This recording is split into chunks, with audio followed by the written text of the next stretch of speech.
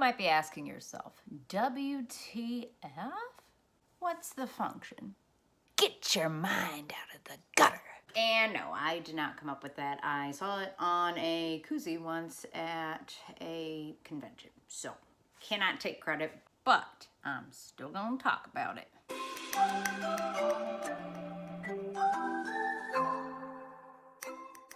What's the function? Today we're going to talk about functions of behavior. So if you've seen any of the previous videos, which I recommend because they build one upon another. In those previous videos we talked about ABA and how we collect data to find the antecedent, behavior, and consequence. But the purpose of finding the consequence is so that we know what the function of a behavior is. The heck is a function? Glad you asked. So, believe it or not, humans only do anything for 4 reasons. I know, shocking. So, a really common acronym you're gonna see in websites and books, etc., would be SEAT. And with SEAT, you have sensory, which is more commonly known in ABA as automatic. Then you have escape or avoidance. You're also gonna have attention. And last, tangibles. Obviously now you get SEAT. So let's get into a little more detail about what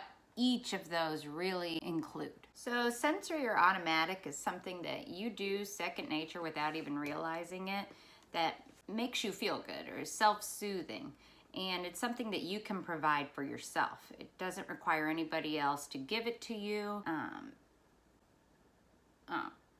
That's a great example. Hair twirling, nail biting, pencil clicking, pen clicking, rocking, twirling back and forth in your chair. You get the picture. It's something that is automatic. Most people think of stimming, if you've ever heard of that. Self-stimulation, if you will. And that would be the stereotypical ones are things like hand flapping, body rocking. It's not just people on the autism spectrum that stim. Everybody stims. So what's your automatic reinforcer? Think about it this week. I bet you'll catch yourself tapping that foot in a waiting room somewhere, but I would love to know what yours is down in the comments. Mine definitely is whenever I'm talking to someone about something that I'm in deep thought, to kind of sort myself out with the information. If I'm wearing a ponytail, I will take it out and then put it back up. And I will do this several times during the conversation. Next, we have escape or avoidance. This is pretty clear what it is. It's to get away from or to not be around at all, something that's aversive to the person. The key ingredient, though, is that the presence of the aversive stimuli need to be in the area for the function to occur for escape or avoidance. Because you can't really escape or avoid something that doesn't exist. There are so many parents out there that probably deal with trying to get their kids to brush their teeth at night and the child elopes from the bathroom. And most of the time, parents will just give up eventually because they don't want to keep chasing them around over and over. So, what did the kid learn? If you run long enough, you can escape the task demand.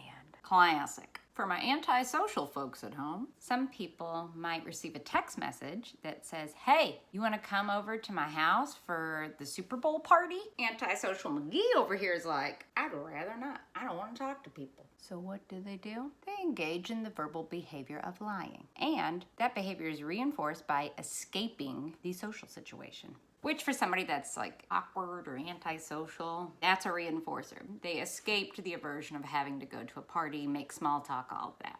All right, let's talk about attention. Obviously, looking at people, talking to people, hugging people, all forms of attention. Most commonly, verbal praise is thought of. Good job, Susie, doing your work. Whoop, whoop. Go, Susie. Go, Susie. Whoop, whoop.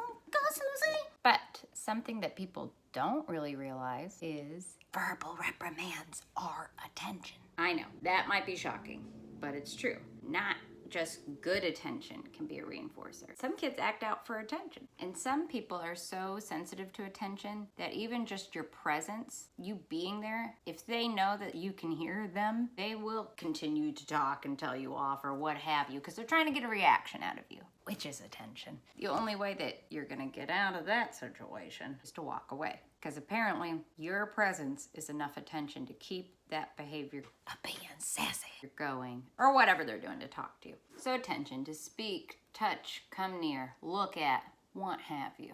This brings us to our final reinforcer, which is tangibles. So a reinforcer would be to gain access to a preferred item. On a lot of videos for clinics, you'll see kids being shown a flashcard and then they respond, labeling the word. And to increase that verbal behavior, they give the child their favorite piece of candy. So if it's Skittles, it's 1 Skittle per flashcard or something along those lines. Another tangible for adults would be money. You go to work or a paycheck. I mean, unless you just enjoy showing up to do, I don't know. Unless you just enjoy waking up at like 6 a.m. to go work for people and not get any money. What you've learned is that paycheck gains you access to even more tangibles. It's paired. So you can have a roof over your head, pay for food, go to the movies if that's your thing. There is all kinds of tangibles, not just edibles or toys. Just realized edibles in 2022 might seem more a different type of therapy. That's not what we're doing here. Just want to make sure that's clear. I mean, candy or treats of some sort. I mean, maybe that kind is reinforcing for you. I don't know you. I digress. You may have heard me say reinforcer in between discussing some of the functions. It's important to decipher the difference between a reinforcer and a reward. A reinforcer is something that will increase the future likelihood of a behavior versus a reward, which is just something given to someone after a behavior, but it doesn't influence the future engagement in that behavior. For example, that paycheck we were talking about. Now let's say we said we weren't gonna do bonuses anymore for overtime. If you come in extra hours, we'll give you face mask. Well, I have really sensitive skin. So for me, that's a nice gesture, but face mask wouldn't motivate me to come work overtime. Now that $1,000, I'll be there overtime. I could get down with that. Now, to really drive our point home, we're gonna do something a little different today. I've got my handy dandy laptop and I have a couple examples typed up, but I want you, the viewers at home, to play along and see if you can guess which reinforcer is occurring in these different scenarios. And no, these are not trick questions. Just like the board's exam to become a BCBA, they're giving you all the information you need for your answers. Which, if you're an overthinker like me, kind of gets you in trouble because you start second guessing the answer if it's the obvious answer. But don't second guess yourself here. You're probably getting it right. Let's go! A family Christmas party is going on in a child's home. They begin hand flapping and pacing back and forth across the living room. This is an example of, take a second, think about it. Pause the video if you need more time between these questions. If you said sensory or automatic, you are correct. It is a self-soothing behavior. This could be because the kid's happy that the family's there, or they could be anxious to be around that many people. Either way, they're trying to bring down their heightened emotion. Question number 2. You turn on the car and the car alarm starts dinging, so you fasten your seatbelt. Which of the 4 functions is it? Which of the 4 functions is it? If you said escape or avoidance, you got it right. Scenario 3. A child cries in line at the grocery store and screams, "I want candy!" And the mother hands the child the candy to get them to quiet down. Listen carefully. We're asking about the child in this scenario. The child's behavior is maintained by what function? Not mom.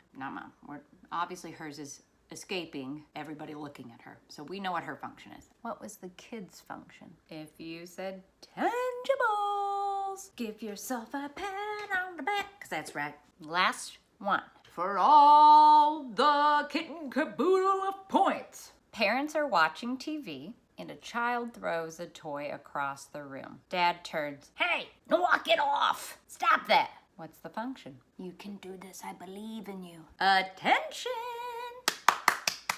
Well done! I know it's hard because once you see this, you can't unsee it. You start realizing all the things people do to gain your attention, or maybe all the things your kid does to get out of things. I would love to hear your feedback if there's any scenario that popped in your head, or if you have a question.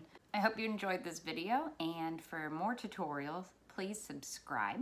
I would really love it also if you shared these resources with someone else, and feel free to let me know what your stim is in the comments. That's all for today. Over and out.